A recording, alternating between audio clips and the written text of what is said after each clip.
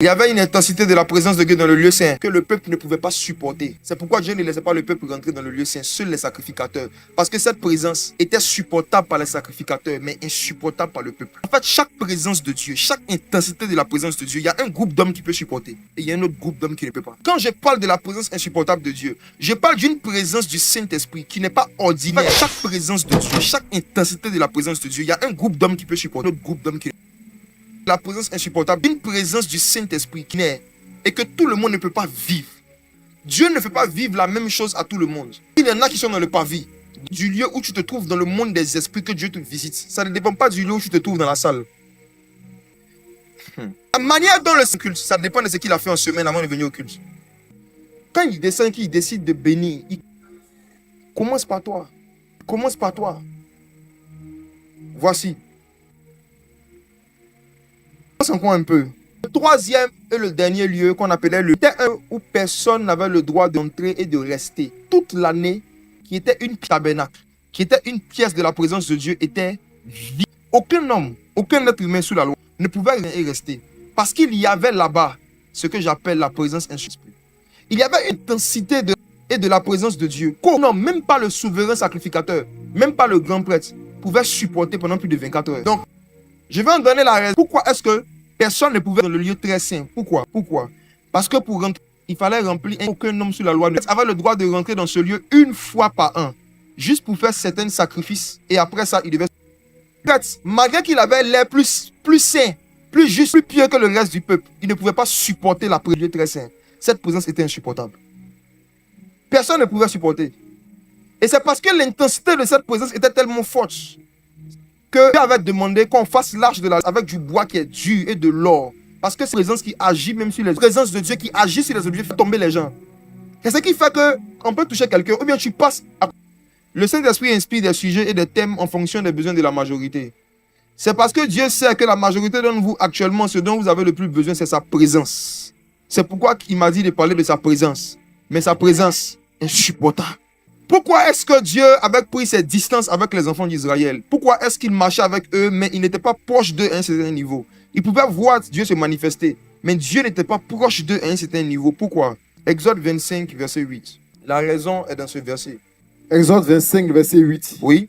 Ils me feront un sanctuaire et j'habiterai au milieu d'eux. Quand il dit j'habiterai, ça veut dire qu'il n'habitait pas au milieu d'eux. Donc il y avait une distance entre Dieu et les enfants d'Israël. Dieu était en haut, ils étaient en bas. Maintenant, Dieu voulait se rapprocher d'eux. Mais pour se rapprocher d'eux, il fallait qu'on fasse un sanctuaire. Il fallait qu'on fasse ce qu'on appelle le tabernacle. Pourquoi? Je rentre directement dans le sujet. Vous savez, la présence de Dieu a trois intensités. Deux qui sont supportables. Une qui est insupportable. C'est la raison pour laquelle Dieu a dit à Moïse de diviser le tabernacle en trois. La première partie du tabernacle, tout le monde pouvait rentrer dedans. La deuxième partie du tabernacle, c'était seulement les sacrificateurs qui pouvaient rentrer dedans. La dernière partie du tabernacle, personne ne pouvait rester dedans. Ce qu'il y avait dans le lieu très saint était insupportable. Personne ne pouvait vivre dans le lieu très saint. Personne. Personne ne pouvait vivre dans le lieu très saint. La présence de Dieu a trois intensités. Première intensité a été imagée par le parvis. Pour ceux qui ne savent pas, lorsque Dieu a demandé à Moïse de lui faire une maison, il lui a demandé de diviser la maison en trois parties. La première partie était appelée le parvis. Le parvis, c'est un peu comme ceux qui sont dans le jardin. Le parvis est l'endroit où tout le peuple pouvait rentrer. Le parvis est l'endroit où tout le monde pouvait rentrer, indépendamment de qui il était, indépendamment de sa fonction, indépendamment de son âge. Tout le monde pouvait rentrer dans le parvis. Il y avait une certaine présence de Dieu dans le parvis, mais ce n'était pas la même intensité qu'il y avait dans le lieu saint. Chaque endroit avait une atmosphère différente, mais tout ça c'était Dieu. Tout ça c'était le tabernacle. Et vous voyez, lorsqu'on se convertit à Jésus, on est dans le parvis. Il y a une présence de Dieu accessible à tout le monde. C'est dedans même que nous sommes actuellement. C'est au fur et à mesure que nous allons évoluer dans la prédication qu'on va rentrer quelque part. Actuellement, on est dans le parvis. C'est pourquoi tout le monde est calme. Nous sommes dans le parvis. Et chaque fois qu'il y a un culte, je me rends compte que c'est comme ça. On commence toujours dans le parvis. On commence toujours dans un lieu ordinaire, une atmosphère ordinaire. Rien d'extraordinaire. Maintenant, regardez la particularité du parvis. Dans le parvis, il y avait ce que j'appelle la présence générale de Dieu. Ça veut dire que c'est une présence de Dieu où même un mouton, un homme, tout le monde peut avoir accès. Dans le parvis, il y avait la lumière seulement en journée. Parce que le parvis était éclairé par le soleil. Mais une fois que le soir arrive, le parvis était noir. Dans le parvis, tu es dans la maison de Dieu. Mais quand tu passes par le soir de ta vie. Quand tu passes par des problèmes, tu n'as pas d'éclairage, tu n'as pas de solution. Quand tu passes par des souffrances, quand tu passes par des épreuves, tu ne sais pas quoi faire pour sortir de l'épreuve.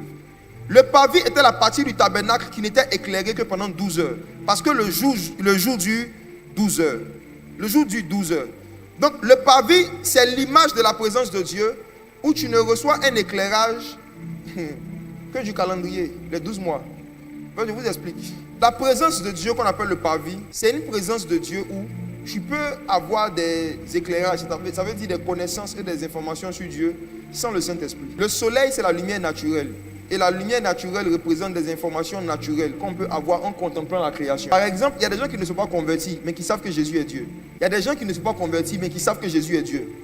Parce que quand ils ont fait certaines analyses, quand ils ont regardé certains faits historiques, commençant par le calendrier, comment quelqu'un qui est un personnage ordinaire, c'est à partir de lui qu'on compte les dates et puis les années. Pourquoi on dit avant Jésus-Christ, après Jésus-Christ? Pourquoi est-ce que un personnage ordinaire va devenir la référence et le référencement dans tous les siècles où c'est situé dans le temps? Juste en analysant certains faits historiques de la nature, tu peux savoir que Jésus n'est pas un personnage ordinaire. C'est une connaissance que tu peux avoir sur Dieu qui ne vient pas du Saint-Esprit, mais qui vient du soleil. Ça veut dire qu'il vient de la nature.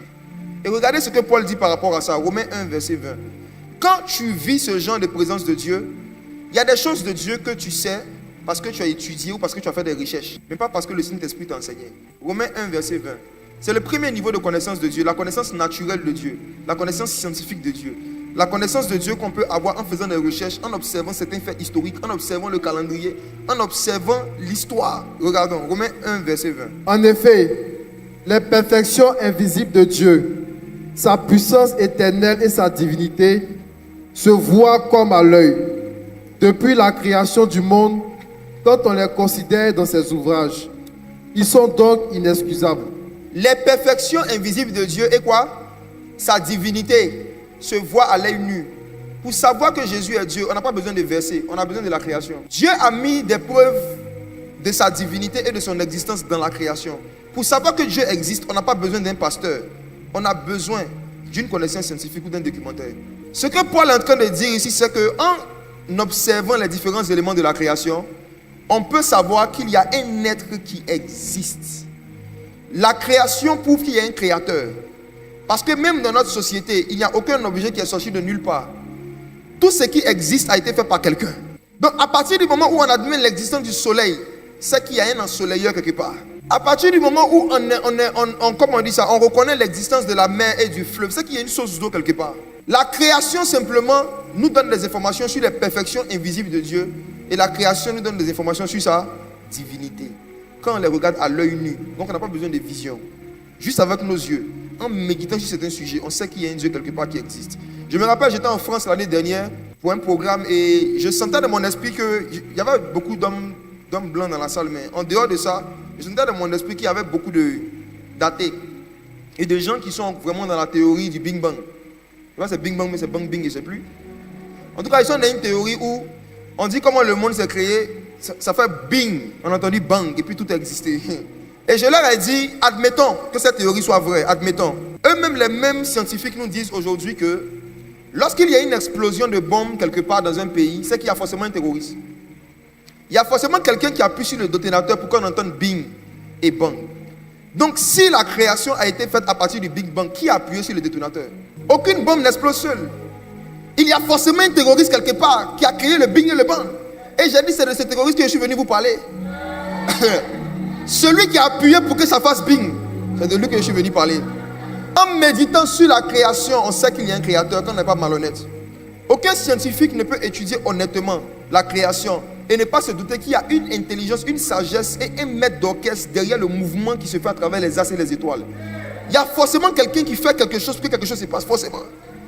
Maintenant, ça c'est la connaissance de Dieu qu'on peut avoir quand on est dans le parvis.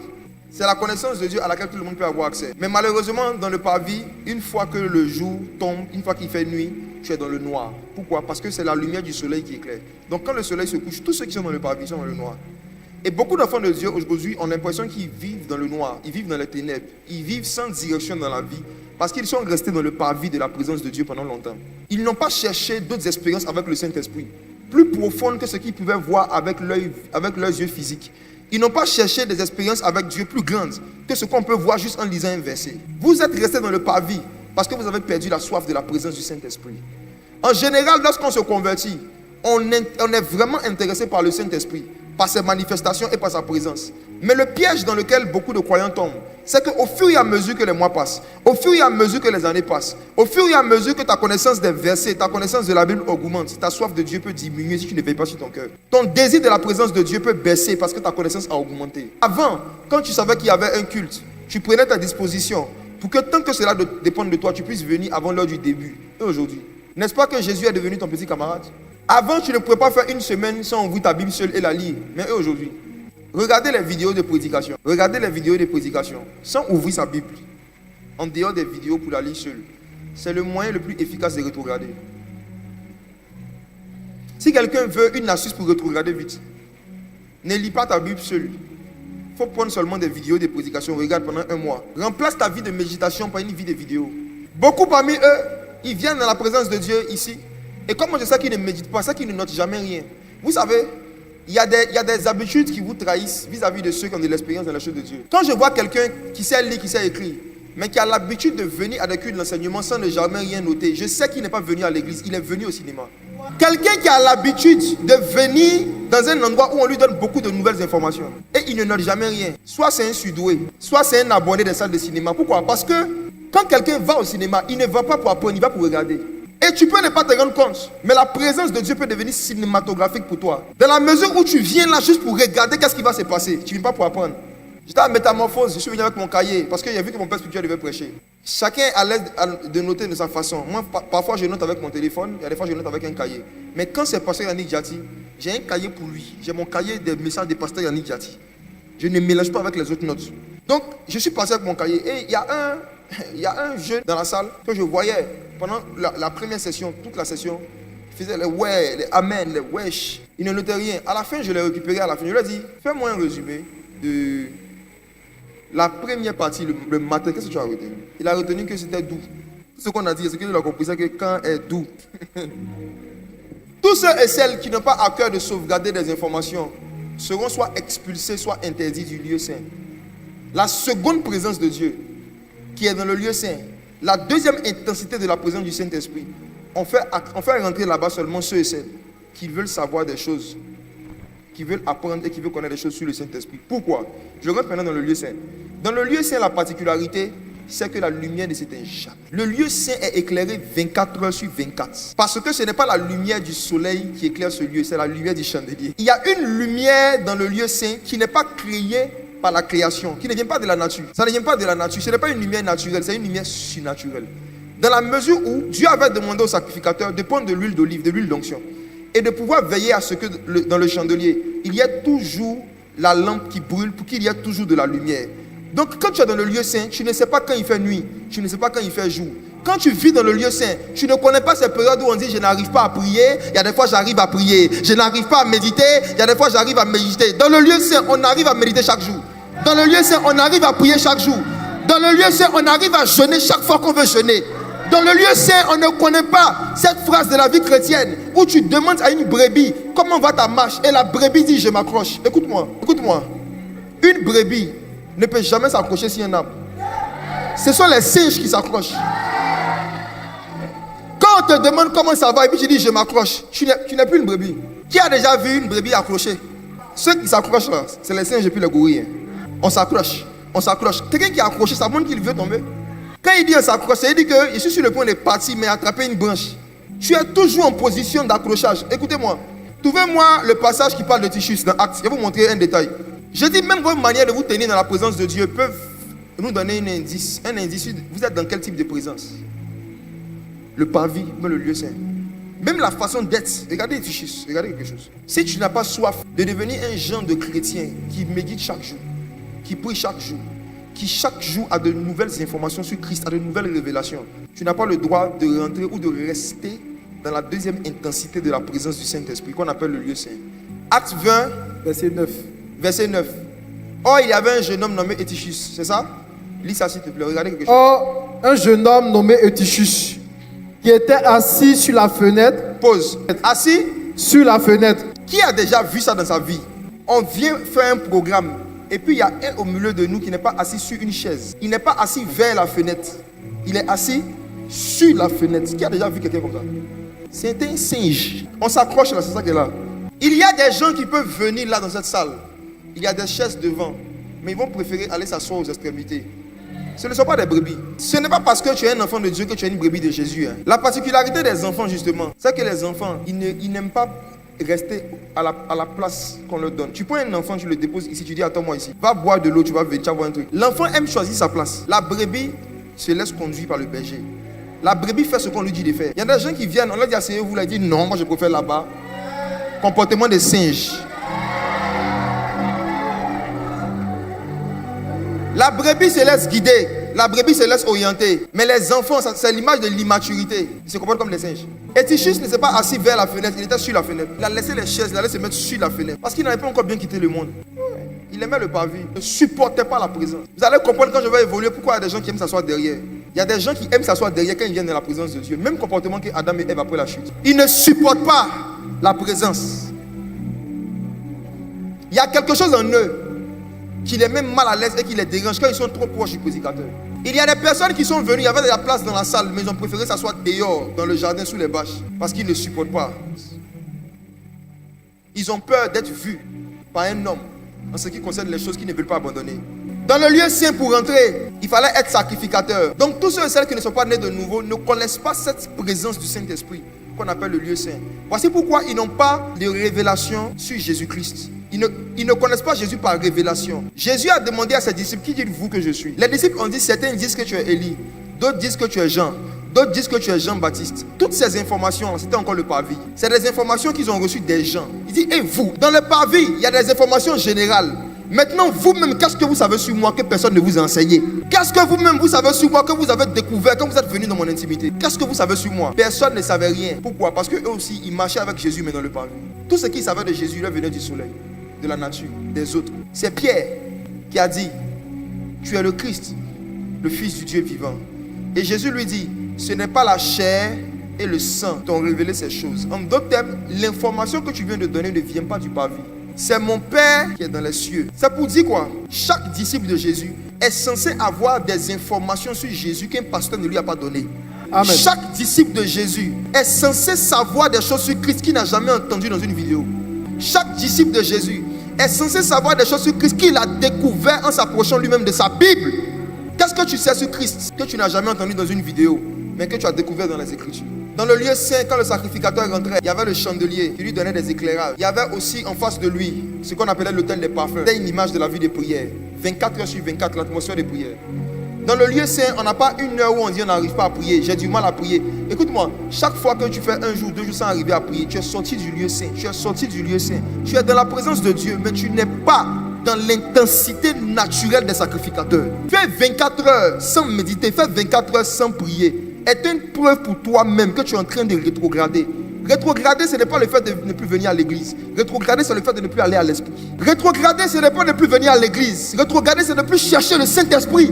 Rétrograder, ce n'est pas le fait de fuir l'église. Rétrograder, c'est de fuir sa Bible. Tous ceux et celles qui fuient la Bible, qui ne cherchent pas à méditer la Bible, qui se cachent derrière les vidéos, vous êtes en train de rétrograder. Dans le lieu saint, dans cette présence du Saint-Esprit, il y a le chandelier qui donne sa lumière. Et en face du chandelier, il y a des pains de propositions. Il y avait des pains. En fait, le chandelier qui donne la lumière, c'est l'image de la révélation qui t'éclaire sur les Écritures. Le pain, c'est les Écritures. Donc, la lumière éclaire le pain. L'onction t'éclaire sur les Écritures. L'onction que vous avez reçue vous enseigne toutes choses. Faire 2 jours, 3 jours, sans pouvoir recevoir un enseignement du Saint-Esprit en lisant sa Bible est un signe qu'on n'est pas en contact avec le Saint-Esprit.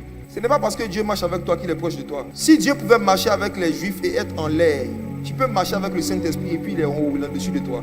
Voici pourquoi tu marches. Tu sais que tu es chrétien, mais tu te sens seul. Tu sais qu'il y a une présence qui n'est plus là. Il y a une présence qui n'est plus là. Frère, je vous dis la vérité. Quand un don spirituel te quitte, tu ne sais pas. Mais quand la présence te quitte, tu sais. Quand un don spirituel c'était en toi, tu ne sais pas. Mais quand tu n'es plus dans la présence du Saint-Esprit comme avant, tu le silence que tu n'as plus. Il y a une force de jeûner même que tu n'as plus. Il y a une force de prier seul que tu n'as plus. Il y a une force de lire longtemps ta Bible que tu n'as plus. Frère, on peut être pasteur, on peut être prédicateur, on peut être actif sur les réseaux sociaux, on peut exhorter, évangéliser les gens. alors qu'on est sorti du lieu saint. On peut faire tout ça à partir. On peut faire tout ça à partir. De la marche chrétienne, si vous ne faites pas attention, vous qui êtes actifs dans l'œuvre de Dieu, si vous ne faites pas, arrivez à un moment dans le monde, au lieu d'être des disciples qui suivent l'esprit, qui suivent sa présence, vous allez devenir des panneaux d'indication qui montrent le chemin aux autres mais qui ne bougent jamais. Les panneaux d'indication ne vont jamais dans les endroits qu'ils indiquent. Quand tu dis aux gens, il faut avoir une vie de prière, alors que toi-même tu ne pries pas, tu aimes. Le panneau te dit, voici la route de Yamoussoukro, mais le panneau n'est jamais là. Quand tu dis aux gens, il faut avoir une vie de jeûne, alors que toi-même tu n'as aucune vie de jeûne, tu es un panneau dans le monde des esprits. La question que je veux que tu te poses avant que je continue, est-ce que j'ai toujours soif de la présence du Saint-Esprit? Comme au début.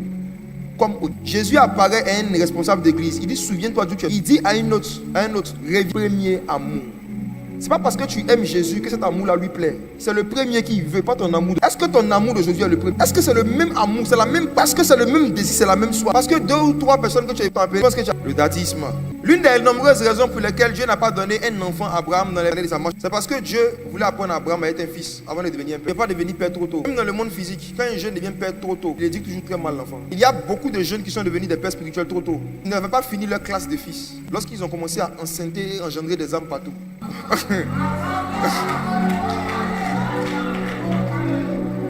Le Seigneur m'a dit de vous dire ce qu'il m'a dit même avant la conférence métamorphose.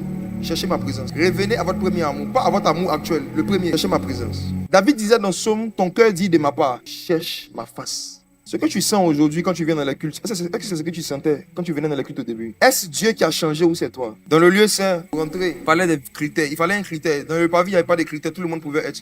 Mais pour une intensité de sa présence, pour une autre expérience plus intense, il y avait des critères. Sacrificateur, intéressé par la lumière, par le pain et par la prière, par l'autel des parfums. Lorsque le sacrificateur rentrait dans le lieu saint, il devait manger du pain. Jésus a dit, quand vous priez, dites, notre Père, donne-nous notre pain de ce jour. Il ne parlait pas de la nourriture physique. On ne prie pas pour manger, on travaille pour manger. On ne prie pas pour manger. Non. On ne prie pas pour manger, on travaille pour manger. Le pain pour lequel on doit prier, ce n'est pas la nourriture physique. On ne prie pas pour manger. Même les lions ne prient pas pour manger. Quand ils veulent manger, ils vont à la chasse. On ne prie pas pour manger.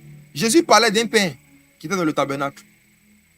Une révélation fraîche de la parole de Dieu. Chaque jour, donne-nous notre pain de ce jour. Ça veut dire, chaque jour, Dieu a quelque chose de nouveau qui peut t'enseigner. Mais est-ce que tu vas dans le lieu saint? Le pain n'est pas dans le pavé. Il n'y a pas de pain dans le pavé. Il n'y a pas de pain dans le pavé. Il n'y a pas de pain dans le pavé. Si avant d'aller dormir, tu te demandes, est-ce que j'ai appris quelque chose de nouveau sur Dieu aujourd'hui? Merci d'avoir regardé cet enseignement du pasteur Jacques Amessan. Si tu as aimé cette vidéo, laisse un like. Abonne-toi pour découvrir la suite et n'oublie pas de mettre tes avis en commentaire.